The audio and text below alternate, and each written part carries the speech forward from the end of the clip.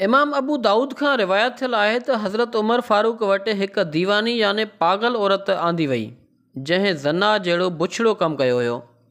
हज़रत उमर उन्हीअ जी सज़ा मुतालिक़ माण्हुनि सां मशवरो करे उन्हीअ खे संगसार करण जो हुकुम ॾिनो। हज़रत अली करमल्ला वजह जो बि उन्हीअ जाइ तां लंघणु थियो ऐं पुछा कयऊं त छाजो गोड़ आहे। माण्हुनि खेनि ॿुधायो त फलाणी दीवानी औरत ज़ना कई आहे ऐं हज़रत उमर फ़ारूक उन्हीअ खे सज़ा जो हुकुम ॾिनो आहे।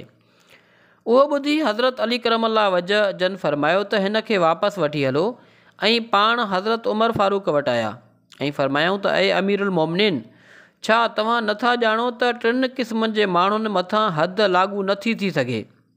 हिकु उहो जेको चरियो हुजे याने जेसीं ताईं उन्हीअ जी दिमाग़ी हालति सही न थिए।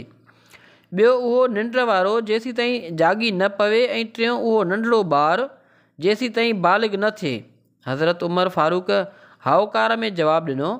पोइ पाण फरमायूं त पोइ हिन चरीअ खे पकिड़े छो रखियो वियो आहे, उन्हीअ खे आज़ादु करे छॾियो। अहिड़ीअ तरह सां हज़रत उमर फ़ारूक उन्हीअ औरत खे आज़ादु करण जो हुकुम फरमायो।